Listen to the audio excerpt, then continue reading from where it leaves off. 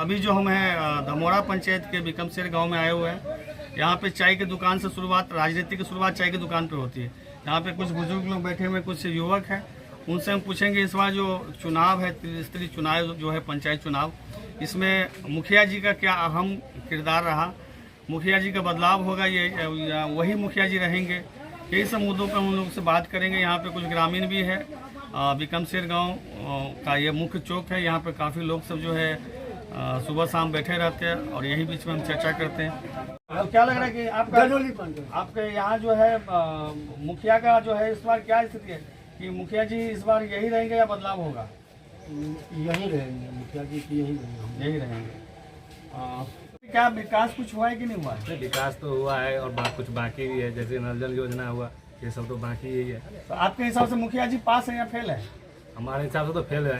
Fail है क्योंकि इसलिए फेल है कि जिस गांव में उसको वोट नहीं मिला वहाँ पर तो पहुँचा भी नहीं आज तक, 5-10 साल में। तो कुल मिला के लगता है कि इस बार मुखिया जी बदल जाएंगे या वही रहेंगे? वो तो समय आने पर पता चलेगा कि बदले। फिर भी उम्मीद क्या है? आप उम्मीद है कि बदलेगा। जी बताइए, क्या नाम है आपका? रामलोचन पांडे। क्या लग रहा है आपको, मुखिया जी पास है आप लोगों की नजर में कि फेल है? हमारे नज़र में पूरा फेल है। क्यों? क्योंकि देखिए किसी का घर में दो क्या बोलते हैं वो दिया है, क्या बोलते हैं घर दिया है, और किसी का एक भी नहीं दिया है। जो अभी 20 साल से एक भी नहीं दिया है, उसको आकर पूछना चाहिए किसको क्या मिल रहा है क्या नहीं मिल रहा है। चला जीत जाता है, वो घर चला जाता है दारू पीने तो कहीं भी पीने। तो आप लोगों को पूछने तक नहीं आया मुखिया जी? नहीं है। अभी जो कोरोना महामारी आया था उस टाइम पे मुखिया जी क्या योगदान रहा?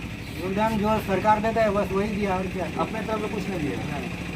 आने वाला समय बताया क्या होगा नहीं होगा। क्या विकास की क्या स्थिति है आपके गाँव में? विकास तो हुआ है, ऐसे जो आज फंड आता है सब वो मार्च करके देता है। तो मुखिया जी का कैसा योगदान रहा इस बार? योगदान तो अब समय आने पर बताएगा। नहीं, जैसे 5 साल का मुखिया जी क्या योगदान रहा? योगदान तो इसका ठीक ही रहा, कोई क्लेम सब नहीं है। अच्छा, तो कुल मिला के आपके यहाँ मुखिया जी बदलाव हो के वही रहेंगे? अब देखिए समय आने पर बदलाव भी हो सकता है, नहीं भी हो सकता है। जी, तो आप देख लीजिए, जाकर मालूम पड़ेगा, गाँव में पता कीजिए। तो ये मुखिया जी आपके नजर में पास है कि फेल है? फेल है वो, फेल है। एकदम चेंज होना चाहिए। हर 5 वर्ष में हर नेता को चेंज हो जाना चाहिए। क्यों चेंज होना चाहिए? इसलिए कि विकास नहीं कर रहा, विकास नहीं कर रहा। पैसा उठाए घर में खर्च। एक चीज बताइए, जो कोरोना महामारी आया था उस टाइम में मुखिया जी कुछ योगदान क्या किया बताइए? कुछ नहीं किया, कुछ नहीं किया है। तो आपके हिसाब से ये लग रहा है कि मुखिया जी ने मुखिया नहीं कुछ चेंज होना चाहिए। तो इस बार बदलाव होना चाहिए। राजनीतिक चाय की दुकान शुरू होती है तो आप विभिन्न तरह के लोगों से देखते होंगे कि राजनीति में चर्चा होता है। क्या लग रहा है इस बार जो आपके नजर मुखिया जी पास है कि फेल है? फेल होगा। तो पंचायत की क्या स्तर है, मतलब आपके पंचायत में विकास का क्या स्तर है? विकास कुछ किया है, कुछ भी नहीं किया है। कुछ किया है, कुछ नहीं किया है। तो मुखिया जी आप लोग से मिलने आते हैं? नहीं, अभी आया नहीं, साल भर से नहीं आया। तो आपका उम्र कितना होगा? 70 साल होगा। तो क्या लगता है इस बार मुखिया जी बदलेंगे कि वही रहेंगे? उम्मीद है जो बदली होगा। मुखिया जी पास है तो कोई फेल है। हालांकि विकास बोल रहे हैं कि गांव में हुआ है, लेकिन पूर्णतः विकास का मतलब नहीं हुआ है। किसी को आक्रोश भी है तो किसी को मतलब ये भरोसा है कि मुखिया जी यही रहेंगे। तो चुनाव का नतीजा आने वाला समय बताएगा कि मुखिया जी क्या स्थिति रहेगी, मुखिया जी वही रहेंगे या कोई नया मुखिया जी आएंगे। आप बने रहिए DN न्यूज़ के साथ और हम आपको दिखाएंगे धमोरा पंचायत के कुछ और गांव की तस्वीर जो मुखिया जी के जो काम किए। से बात करवाते हैं। जी सर, अपना परिचय दे दीजिएगा DN न्यूज़। सबसे पहले मैं आपके सभी दर्शकों को धन्यवाद देना चाहता हूं, सादर अभिनंदन करना चाहता हूं। मेरा नाम मुकेश कुमार गुड्डू हुआ और मैं 2016 से इस पंचायत का मुखिया पद का कार्यभार देख रहा हूं। इससे पूर्व मेरी पत्नी वंदना देवी 2011 से 2016 तक थी। मैंने अपनी शिक्षा स्नातक तक की हुई है। उससे पहले मैं मेडिकल रिप्रेजेंटेटिव का काम किया करता था और शुरू से ही मेरी रुचि समाज सेवा में रही है, इसलिए मैंने ये क्षेत्र चुना। और मेरा सदा यही प्रयास रहा है कि मैं अपना बेस्ट दे सकूं, लेकिन एक इंसान होने के नाते, मनुष्य होने के नाते कुछ गुण और अवगुण दोनों ही लोगों में होते हैं। तो मैं भी उनसे वंचित नहीं हूं।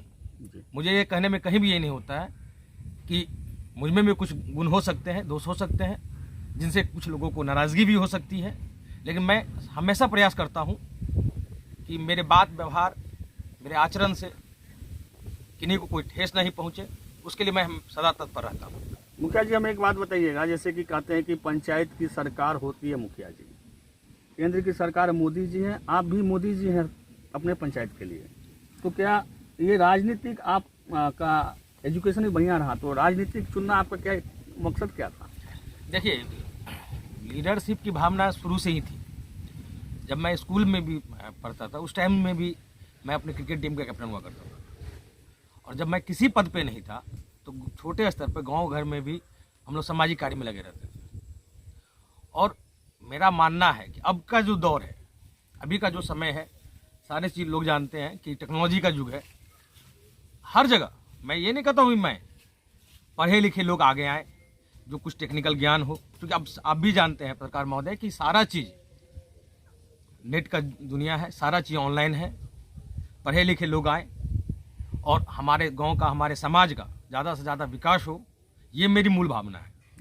अच्छा मुखिया जी, हम आपके 14 वार्ड में लगभग 8-9 वार्ड में हम विजिट किए हैं, तो आपके जो 5 वर्ष का काम रहा उसमें काफ़ी लोग संतुष्ट हैं, और 1-2 पंचायत ऐसा भी, अपना वार्ड ऐसा भी है जहाँ पर आपको लोग गलत दृष्टिकोण से देख रहे हैं कि मुखिया जी जो है 5 साल में अपना शीश महल तैयार किए हैं। तो कहा हो मैंने वो किया है। मैं कुछ लोग को मुझसे नाराज़गी इसलिए भी होती है कि जो नहीं होने वाला है, हम जो इसके लिए हम सक्षम नहीं हैं, हम क्लियर मना कर देते हैं, भाई हमसे नहीं हो पाएगा। हम झूठा आश्वासन नहीं देते हैं, उसमें हम विश्वास नहीं करते हैं। हाँ, लेकिन जो हमने कहा है वो हमने करके दिखाया है। संतुष्ट नहीं कर सकते हैं, लेकिन हमको ये पूछना था कि आपके हिसाब से आपके जो पंचायत है 14 वार्ड में, कि विकास कहाँ तक मतलब वंचित रह गया और विकास कहाँ तक हुआ है? मैं सबसे पहले आपका एक बात का जवाब दूं कि जो आपने कहा शीश महल वाली बात, तो मैं अपना थोड़ा सा बैकग्राउंड बता दूं। जी मैं 3 भाई, जी मैं खुद बताया, मैं खुद एक एम्प्लॉय रहा हूं। जी मेरा भाई इंडियन आर्मी में, जी मेरा एक छोटा भाई है, वो भी दरभंगा में सर्विस करता है। जी मेरे पिताजी स्वास्थ्य विभाग में, और पहले से भी जब खेती बाड़ी हमारी रही है, आज के डेट में भी खेती बाड़ी होती है। परिवार के बहुत सारे सोर्स ऑफ इनकम पहले से ही रहे हैं। जी। और ऐसा नहीं है कि मैं पंचायत पद पर हूँ तो मैंने ये कर लिया। जी। आरोप लगाने पर लगाएंगे, लोगों का आरोप होता है, तुम नरेंद्र मोदी जी पर भी आरोप लगाते हैं। उसके लिए कोई दिक्कत नहीं है। हाँ। मैं आज से नहीं, मैं 2006 से इनकम टैक्स रिटर्न भरता हूँ।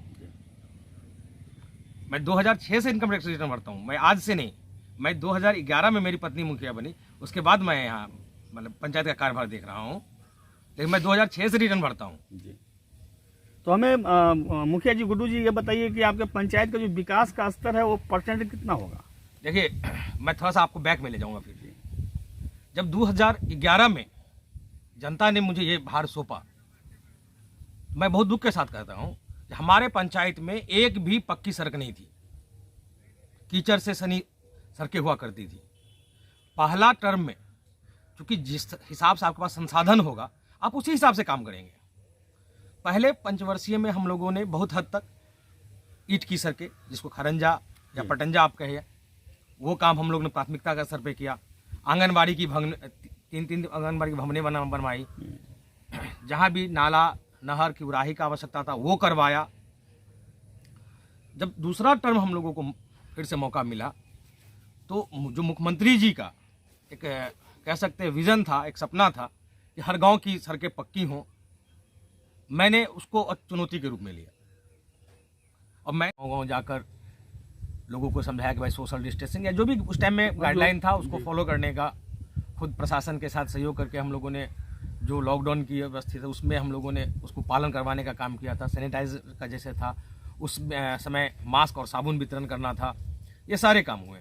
उसके बाद महंगाई का जब कुछ ब्लैक मार्केटिंग होने लगा तो हम लोगों ने नवयुवकों को साथ करके गांव-गांव सब्जी का ठेला चलवाया था, ताकि लोगों को गलत पैसा नहीं देना पड़े।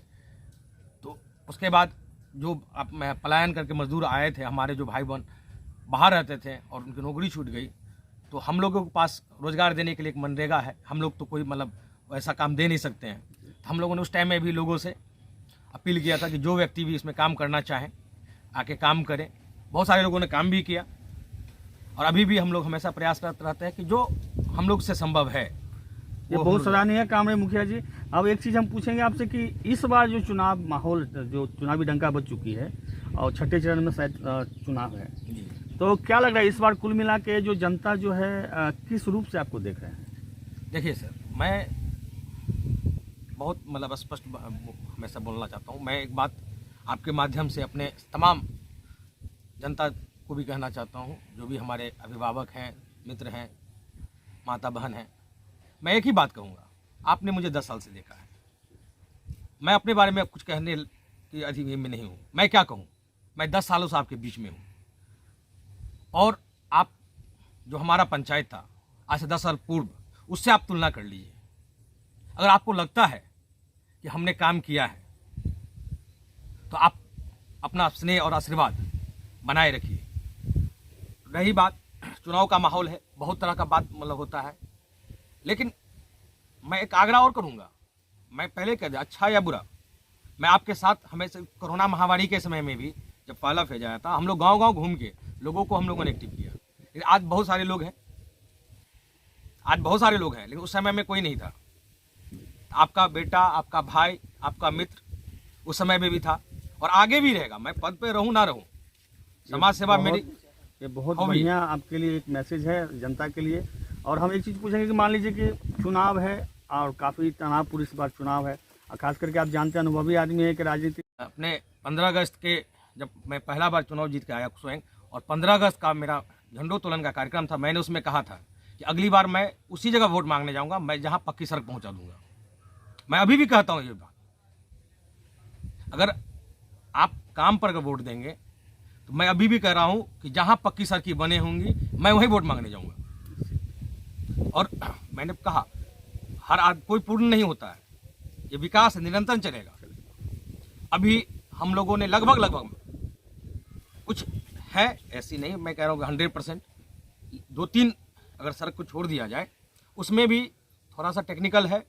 जैसे एक हमारे विक्रमशेर में है वार्ड नंबर 7, वहाँ 2 सड़क, एक राम उदगार चौधरी जी हैं, उनके घर के पास है, और एक अमीरी लाल जी हैं, उनके घर के पास। दोनों सड़क प्रशासनिक स्वीकृति मिल चुकी है, क्योंकि अभी मिट्टी उपलब्ध नहीं हो सकता था, इसलिए वो काम अभी रुका हुआ है, लेकिन वो स्वीकृत हो चुका है। वो होना है, चाहे मैं रहूं अथवा ना रहूं, वो काम होगा। वार्ड नंबर 7 में ही है हमारा एक लपटुलिया करके है, वहाँ भी पहले आपको कीचड़ की समस्या थी, तो पिछले 5 वर्ष में मैंने वहाँ ईंट सोलिंग करवाया था और कुछ पार्ट में ढलाई करवाया था। उसके बाद वो रोड चला गया आपको मुख्यमंत्री सड़क में, उसका टेंडर भी हो चुका है। तो मेरे साथ ये बाध्यता है कि मैं उसमें काम नहीं कर सकता हूँ, क्योंकि उसका ऑलरेडी टेंडर हो चुका है। मैंने विभागीय अभियंता से, ठेकेदार से भी बार बात किया, लेकिन उनके स्तर से ढिलाई है, जिसके कारण वो सड़क नहीं बन पा रही है। इस कारण से लोगों में थोड़ा सा आक्रोश है, लेकिन उसमें पंचायत अगर स्तर से होना होता तो वो हो गया।